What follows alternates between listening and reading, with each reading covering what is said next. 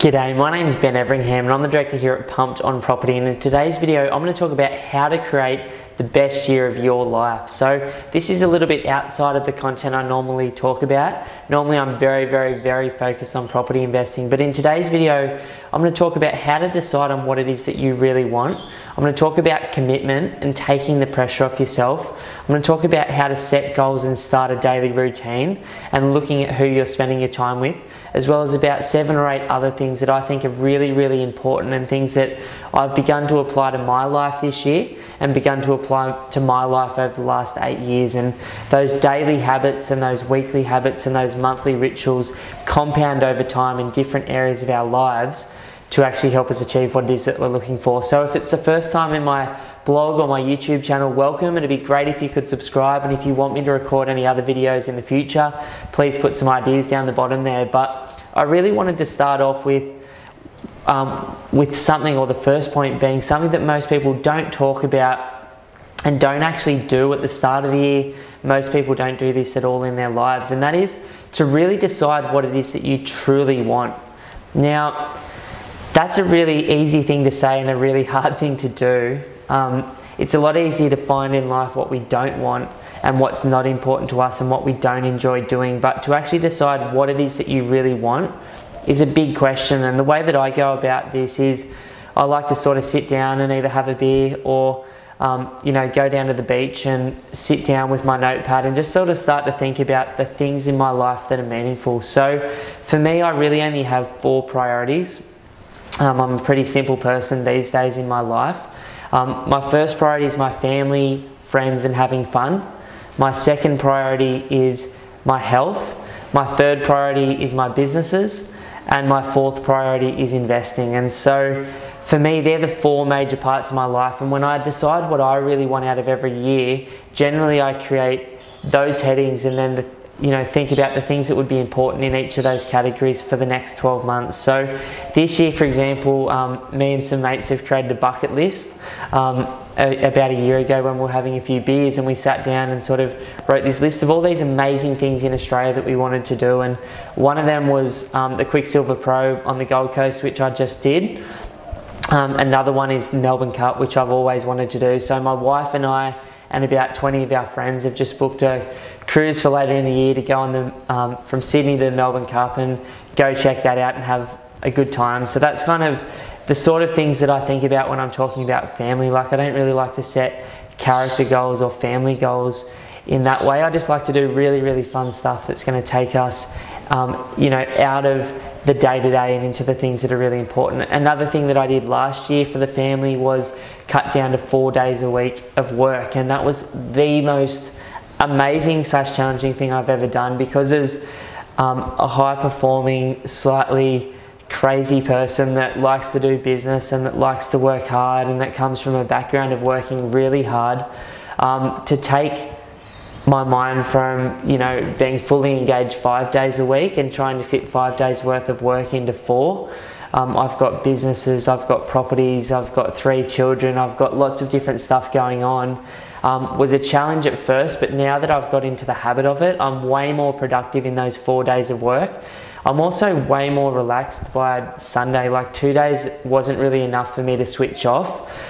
Because I have my own businesses and because I help people do what I do, I was finding that it was taking me till Sunday when I was finishing work on a Friday to actually switch off, and then I was getting anxious on Sunday arvo, knowing that I was needing to switch back on. So the 3 days really helps me switch off, which has been great.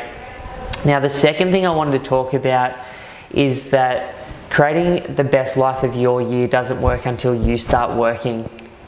And so what that really means is committing that this year, this week, this day is going to be better than last week, last year, last month. And one thing that my wife has got me onto recently is just being grateful. So I've been caught in a habitual pattern from growing up that I have to work hard, I have to keep pushing myself, I have to keep investing.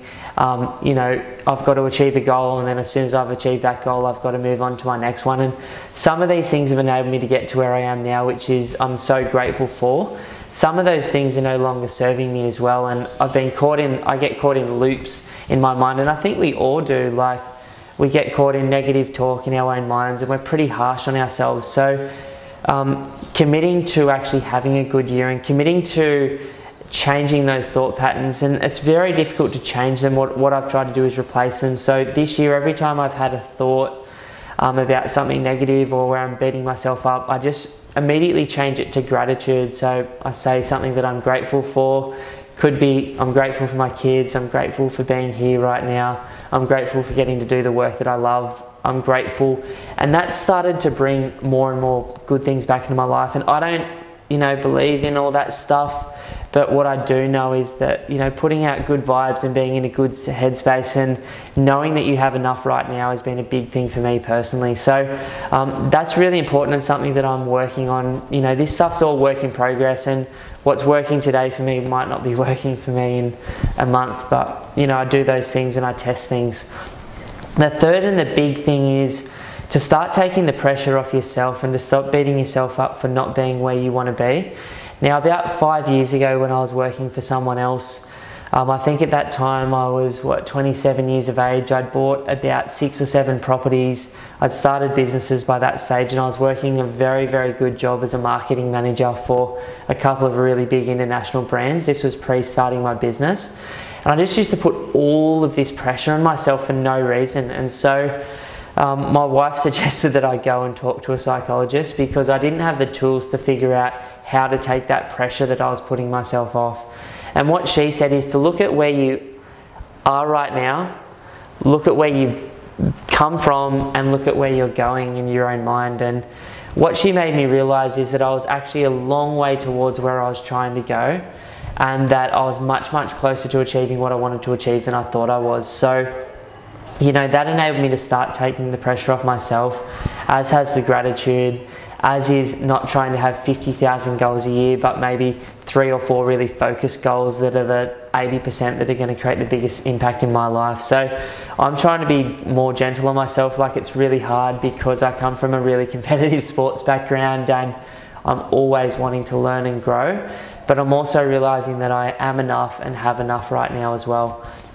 The fourth thing is, and I think this is one of my strengths personally, I've probably got 2 strengths and this is one of them, and that's setting and achieving goals. So to have a great life, as Tony Robbins says, we need to be moving forward, we need to be growing as people, we do need to be challenged. And you meet so many people that have given up on life for whatever reason, or that have settled for their place in life and they've stopped looking after their family, stopped looking after their health, they're not investing, they're not doing anything outside of their comfort zone and box. And we're all guilty of this, like I do the same thing.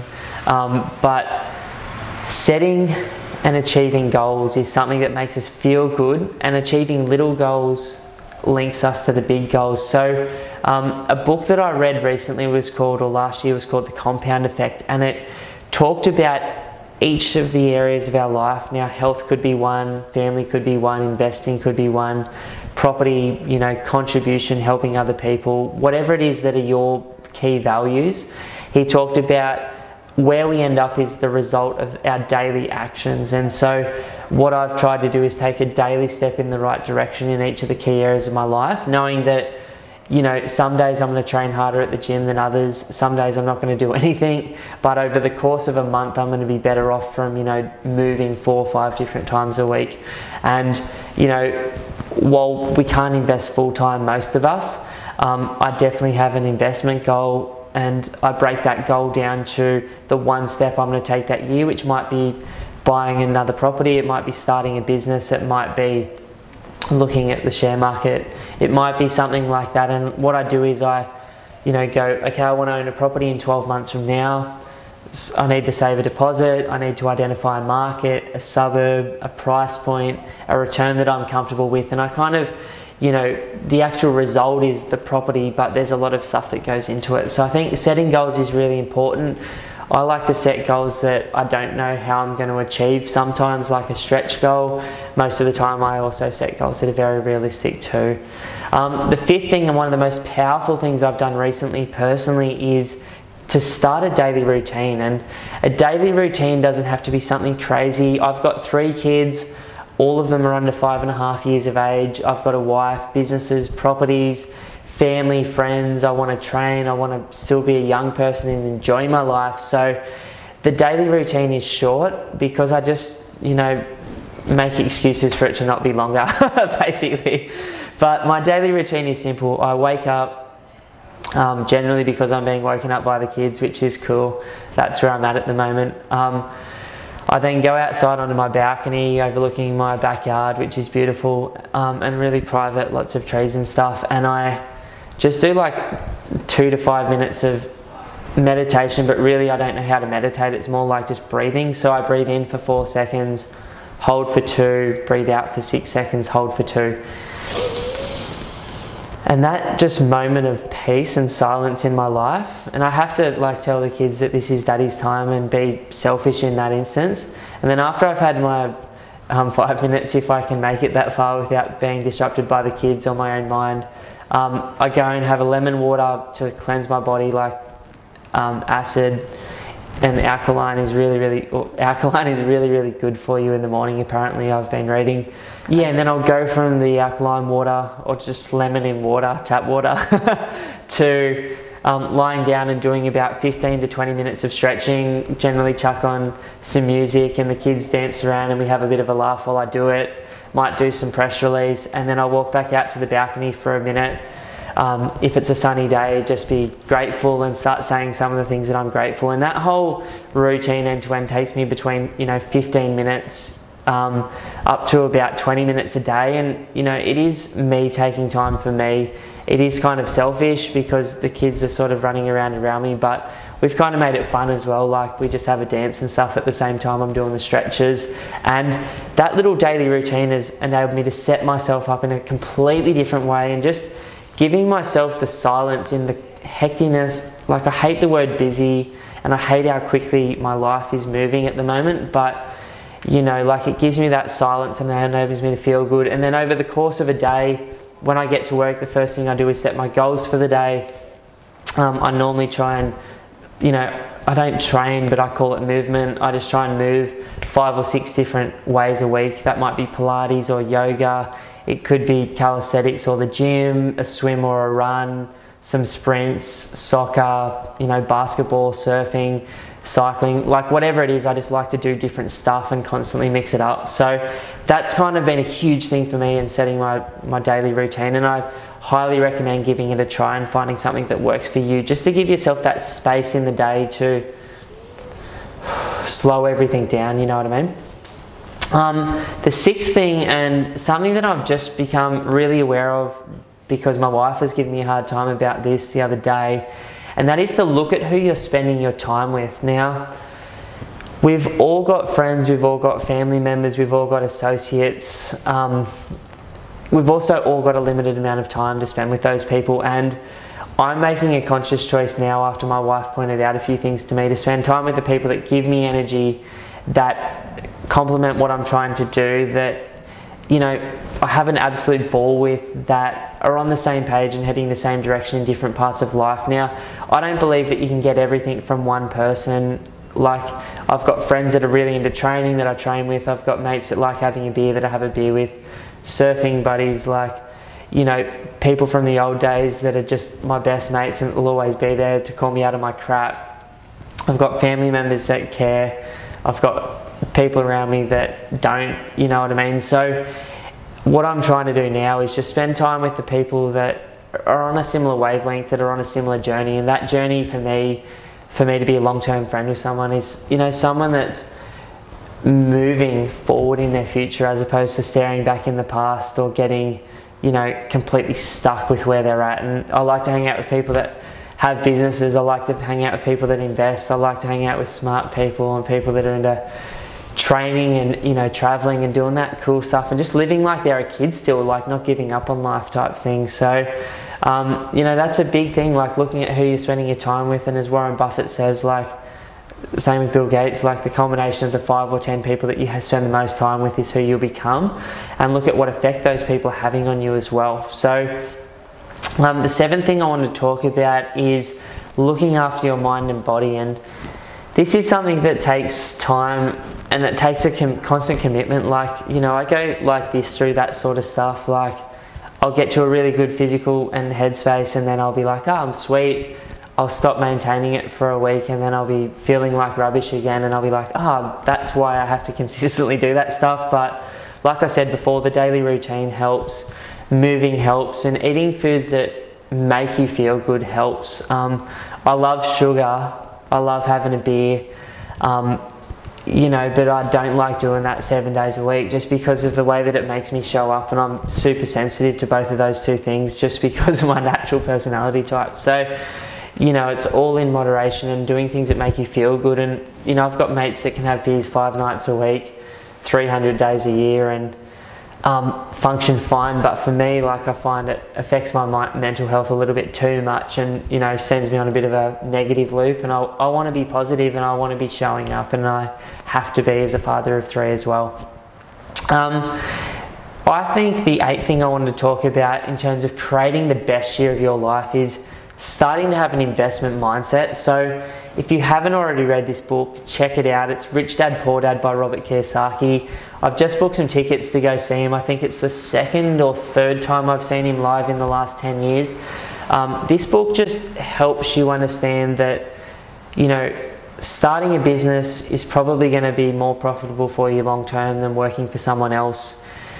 You know, investing your money rather than just saving your money is probably going to be more profitable for you long term. So I've talked to about 6,000 investors through my business in the last 5 years. I run a buyer's agency that's helped buy over $150 million worth of property for our clients. And what I've learned from not so much talking to my clients, because my clients kind of get it, they understand that they want a better financial future for themselves, because they understand that by being financially independent, it's going to give them more choices to do work they enjoy, start businesses, travel, volunteer, spend time with the people they care about, do nothing for a while and just figure out who the hell they are again.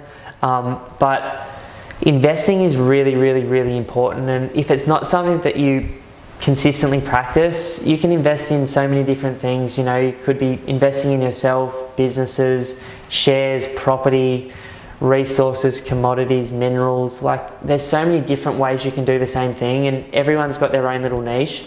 I personally like property just because it makes sense to me and because I can use leverage. The risk at the right times in the market is, for me, a little bit more measurable as well, and a little bit less volatile. I don't love volatility. But, you know, figure out and start learning about that stuff, you know what I mean? If it's not already your thing, or if it is your thing, you know, take that learning to the next level. Like, read a little bit more, watch some videos, listen to some podcasts, create a strategy for yourself and execute that strategy. It's literally that simple. And, you know, the way that I do it is I just, for the last 8 years, have just paid myself first every single week. When I was earning $45,000 a year, $50,000 a year in the year I finished uni in the grad program at IBM, I was paying myself about $300 a week first. As my income's increased over time, I've paid myself a little bit more. But before any expenses in my life, I just make sure that that money comes to me first. You know, I also make sure I've got enough to cover the fixed costs in my life and my lifestyle as well, because I think it's really important to enjoy the journey as well, and to do those things that make you feel good and give you energy too. But, you know, I just use that money that I pay myself first with to go out and invest. And, you know, that's enabled me to buy 10 properties myself in the last 8 years. It's enabled me to start businesses. It's enabled me to do some really, really cool stuff that, you know, has set myself and my family up now and in the long term as well. So investing is a big thing. And in terms of creating the best year of your life and becoming your best self, no one wants to work for an asshole. No one wants to do things that aren't in line with their values for money. No one wants to have to work for the next 50 years to actually, you know, achieve financial independence, or, you know, get paid by the government like 70 to 80% of Australians do. So, you know, start investing now. 15 years from now, your life will have completely changed.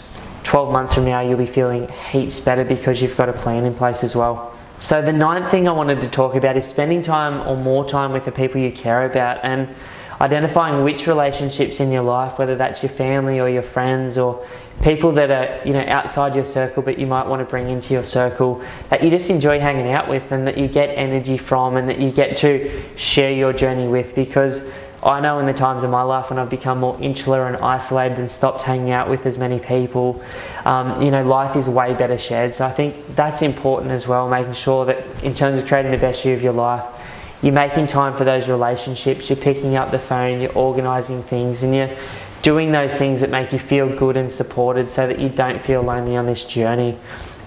And the 10th thing is taking mini holidays.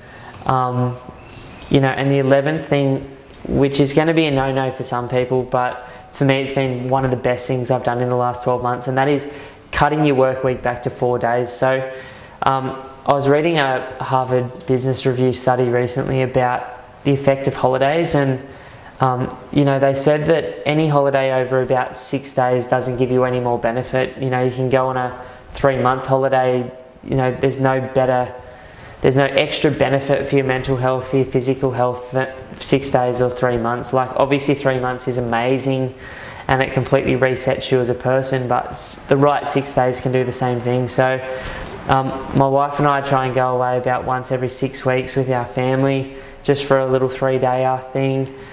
We try and do like a half decent, you know, week away once every 3 months, just to make sure that we're constantly tapping into that place where we create the space to reconnect with ourselves, with each other, and to just get out of our normal day-to-day life and go and reset. If you can, and if you've got a cool boss, like a good boss should understand that you're going to be more productive in 4 days a week.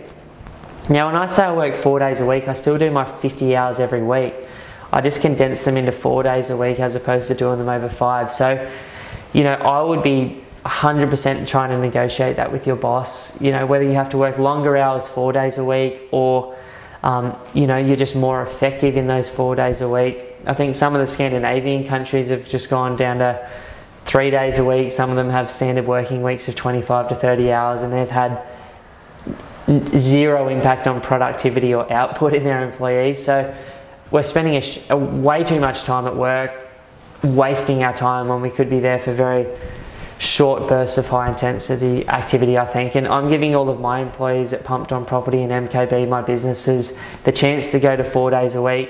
If they want to do that, they can. If they want to be workaholics like I have been, you know, they can keep working 5 days, but they'll have that choice by June this year. And they'll just have to figure out how to do what they do in 5 days in 4, and most people are smart enough to do that if given the choice. And the reason 4 days has been so powerful for me is, one, it means, you know, the hard days during the week are easier to get through. It also means that you just constantly give yourself this window or long weekend every weekend to recharge, to spend more time with the people you care about, to do the things that are important to you. And you get to show up on Monday as, you know, a much more functional person because you've properly switched off. So give it a crack. You'd be surprised how many bosses are open to this if you can show them that nothing's going to change except the times that you're physically in the office. So the 12th thing that I wanted to talk about is actually doing things that, in terms of creating the best year of your life, doing things that make you feel like you. Now, I watched a documentary on the weekend. I'm a huge doco fan, and because I'm so visual, I really, really like to either read books or watch docos. And this documentary was called The Class of '92, and it was about that amazing Manchester United soccer team in you know, the 90s that basically won every single thing possible, and all they were was a bunch of young kids, you know, that were absolutely gifted and talented, and they went on to take on the entire soccer world. And you know, as someone who from the age of 5 through to 20, like, soccer was my life.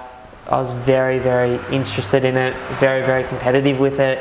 You know, now at 32 years of age, it's still something I like to do. Every Thursday night I play soccer with my mates and my brother. But, you know, I forgot how good, like, kicking a ball around made me feel, and how important at a particular time in my life that actually was for me, like soccer, and that feeling of being free and that feeling of being better at something than most people are. And so what I did, I watched this doco, and then my wife and my kids were having a little rest, and I grabbed the ball, grabbed the dog. I live about 200 metres walk to the beach, and I just ran down the beach with this ball and just went crazy for like an hour, running up and down the beach with a soccer ball at my feet, kicking it, you know, dribbling around my dog and around people that were walking on the beach. And just the whole time I felt like a kid again. And just remembered how important it is to do those things that make us feel like ourselves.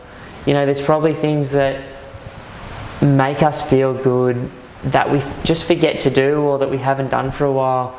Another one for me is surfing. Like I spent 10 days down the Gold Coast recently with the family, worked from down there a little bit, and then just switched off down there a little bit. And I probably surfed at least 3 or 4 days where I was in the water for five hours plus, in the morning and in the night, and just remembered like how good it feels to just be doing that stuff that refreshes you for no other reason than just fun. So I think it's important to do those things that make you feel like you, and you know, remember what those things are as well.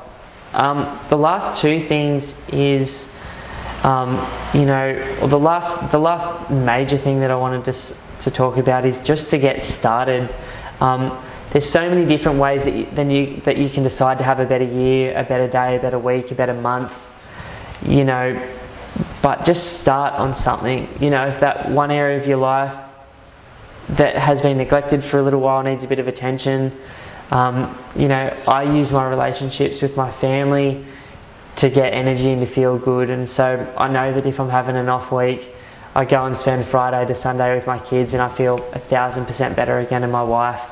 You know, if I'm got a negative headspace or I'm just a bit fuzzy or I've got some anxiety, I'll get to the park and do some calisthenics or go for a run and, you know, do some training and immediately start to feel better. Like, you know, it's just about starting those things. If you don't have any savings now, create a budget and start to, you know, create some savings. If you don't own an investment and you've been talking about doing it for a long time and setting up your financial future, then, you know, talk to someone that specialises in that stuff and start to figure out a bit of a plan for yourself, you know.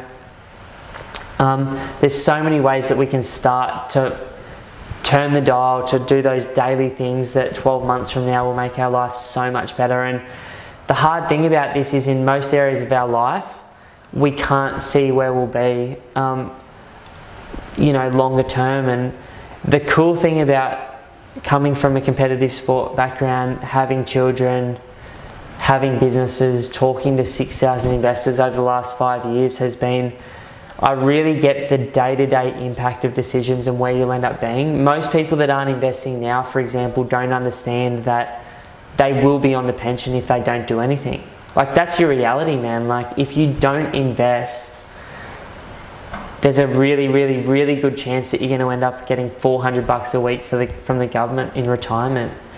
If you don't look after your health long term, there's an effect of that, and generally that comes with shaving quality years off your life in the future when you should still be able to do everything you want to do. Like, if you don't nurture the relationships around you, you know, we don't have relationships in the future. And I get that, you know, life is about consistently showing up and doing little bits and pieces. So, you know, I hope I haven't overwhelmed you. These are just some of the things going through my mind at the moment. I know this is a bit outside the box for the stuff I normally talk about, which is always property investing, but I think it's important to go up a level every now and then into like that higher conversation and just, you know, start getting our stuff together, because the more we get our stuff together and the better our lives are, you know, the better the relationships in our life, and the more that rubs off, and the easier it is to achieve the things that might seem really difficult right now. So I hope you've got some value out of today's video, and I hope you really do go out there and create the best year of your life, and know that every year moving forward doesn't just have to be the same. It can be significantly better, and, you know, 5 years from now, if you start today, you know, things will dramatically change for where you end up. So have a great day. Thank you for your time and your attention. See ya.